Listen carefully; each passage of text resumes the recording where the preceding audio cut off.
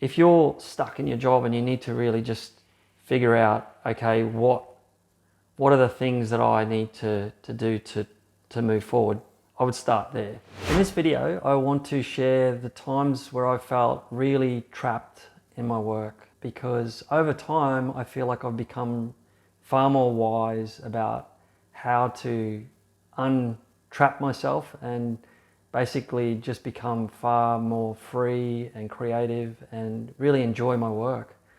So I'm going to take you through a number of my stories of how I got trapped, but in the second half of the video I want to bring it all together and explain to you how it can be so much easier to get untrapped and really find your way with where you want to go and feel excited for each day. As you wake up, you want to go to work and you want to go and do stuff. So without further ado, let's get stuck into it.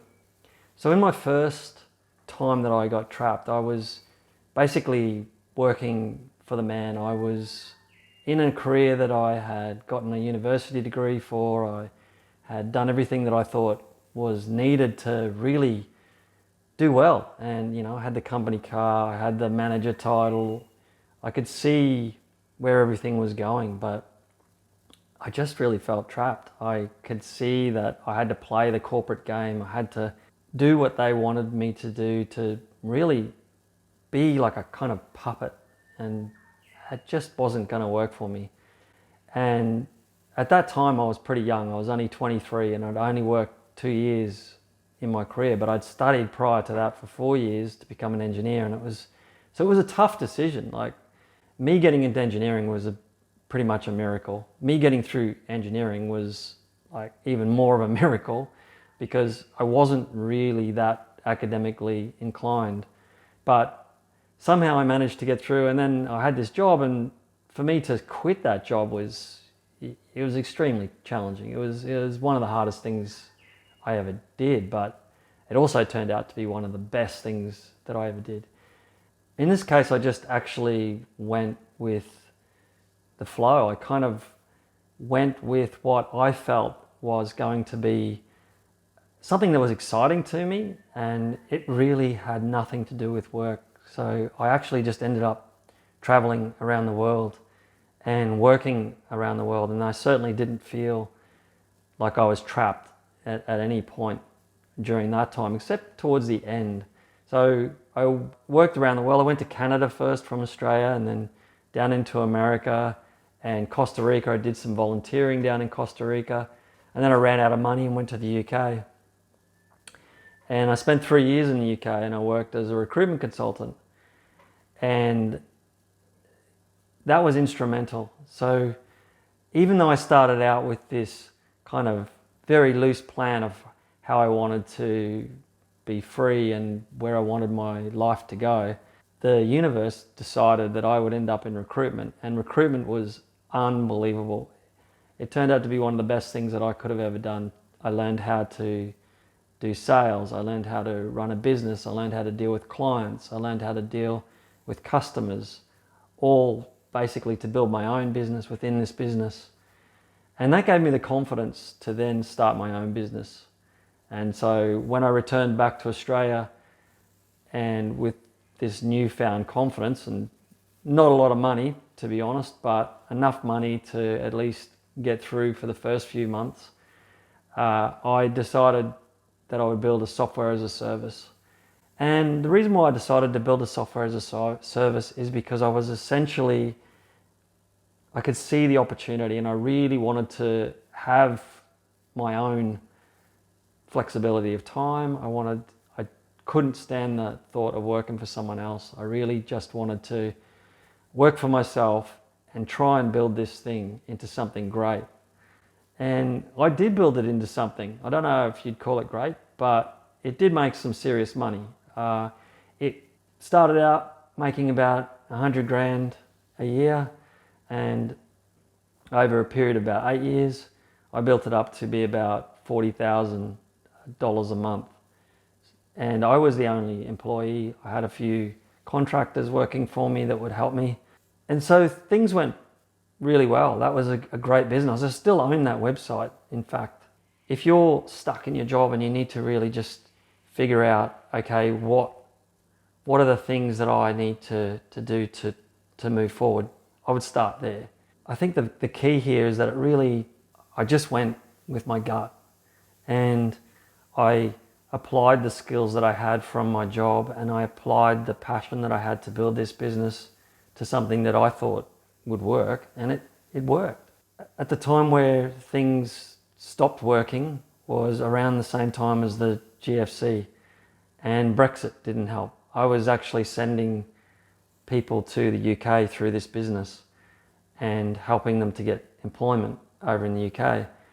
And Brexit basically put a dampener on that, but also the great financial crisis essentially ended things very quickly.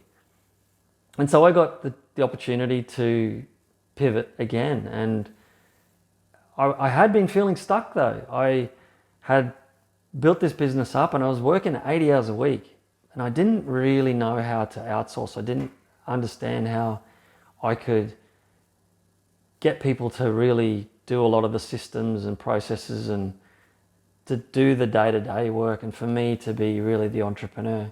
I do know that now, and I'll get to more of that in a moment, but essentially the GFC enabled me to pivot into what was something that I had on the side. So basically I'd been earning some affiliate income from the website. So in this case I was doing SEO, which is search engine optimization.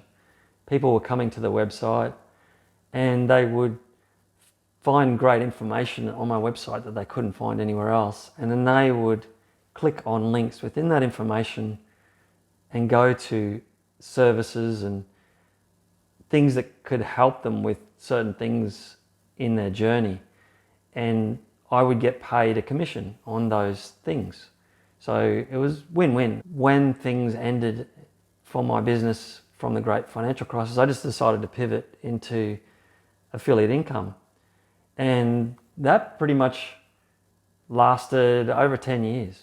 It is still my main income right now, and up until a year ago it was my main focus, and it turned out to be a beautiful business as well. So once again I was basically pivoting towards my skills and my experience, but also my passions. So things that I was really passionate about, and at the same time I was also really passionate about having more time in my life where I didn't have to work. I really wanted more control over my life. I'd learned from working 80 hours a week in the first business, the software as a service business, and I was essentially making sure that I had enough time for, walks in the bush or mountain bike rides or playing pickleball or being with my family. I feel like the affiliate income business is fantastic because it's enabled me to be flexible with my time, but also do a business that I'm still passionate about. And I've learned how to outsource. I've got a full-time employee now. She works in the Philippines, and I'll be speaking to her in about half an hour as soon as I finish this video, just to bring her up to speed really with my new business, which is what you're watching right now, Cubicle Free. This business is actually a passion project for me as well. But let me take a step back. The reason why I'm doing YouTube is because I ran into another crisis. I basically, a year ago with my affiliate business, Google completely changed its algorithm, and in the process wiped out tons and tons of small creators, people who are creating content online, and I was one of those. And even though I still earn enough to live on, as the universe decides, sometimes things took a complete change of tact. And yeah, look, I won't lie, I was depressed for a while. I was really trying to search for what I should do, but I found that with time that I was able to rebuild, and I'll talk about the pieces that were required to rebuild in a moment. But essentially, I was able to pivot towards YouTube, and even though I'm not making very much money at all, like literally a few dollars so far from affiliate income.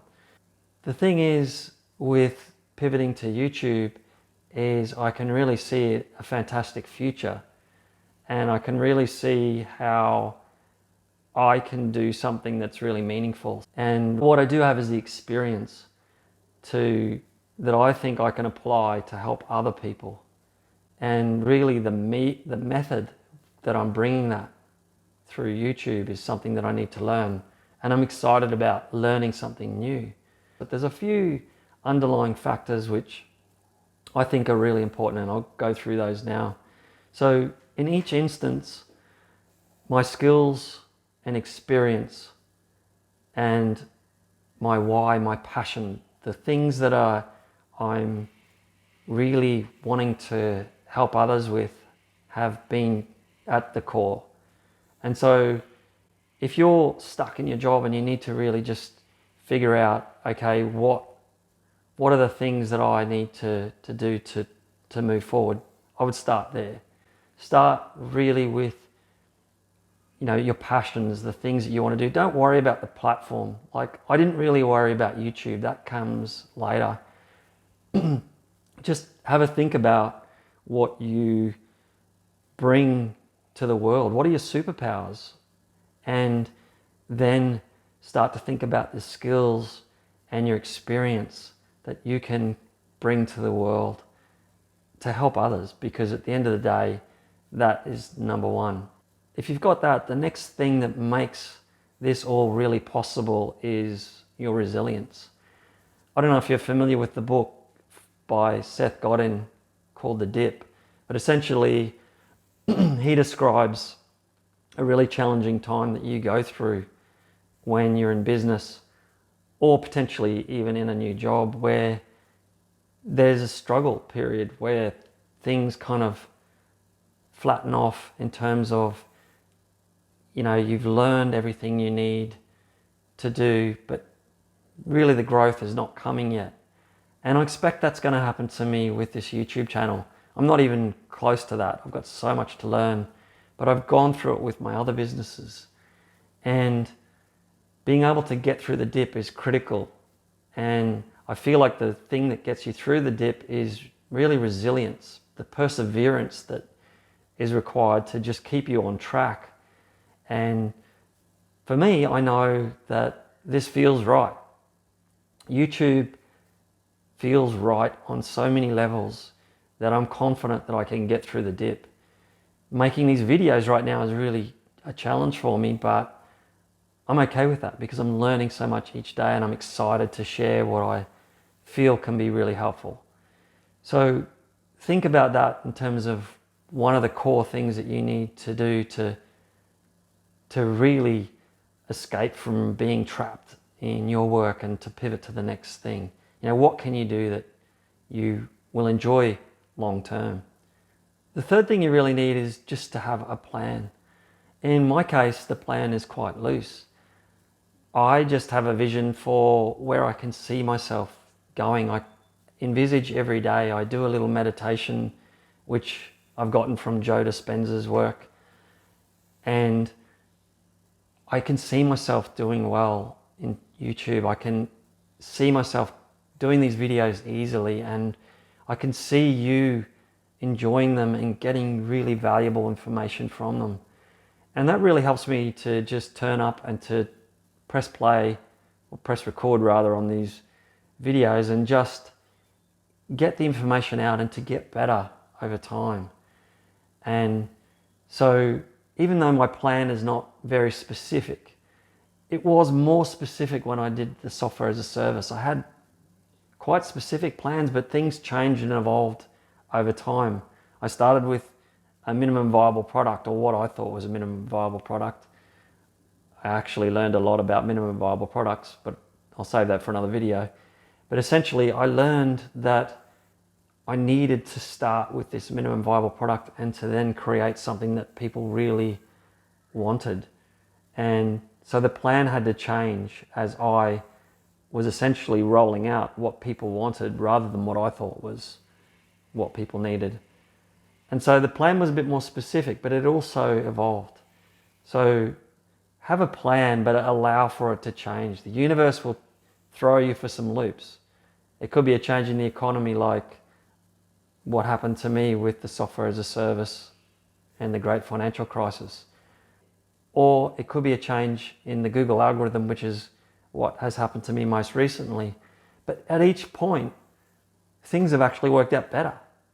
I just keep evolving with how I am as a person, what is really important to me, and that changes too. So don't get too worried that your plan is not perfect, or you're not executing it perfectly as time goes by, because things change. The key is to have a plan. Even if I've created a video and not very many people watch it, or I realize pretty quickly that I've got more things to learn, that's all good. I just know that I will keep going with the plan. The plan is to do one video a week minimum and to keep learning. So I've got courses, I've got a book. So with these three things, you can put together the perfect situation where you don't feel like you're stuck. Just moving, taking steps on your plan each week makes you feel like you're making progress towards this vision that you've created from the start. Guys, I hope you found this helpful. If you want to like this video, I would really like that. And comment as well. I love to hear what you got to say about what you're doing in terms of breaking free from the cubicle. Thanks guys. Look forward to seeing you again soon.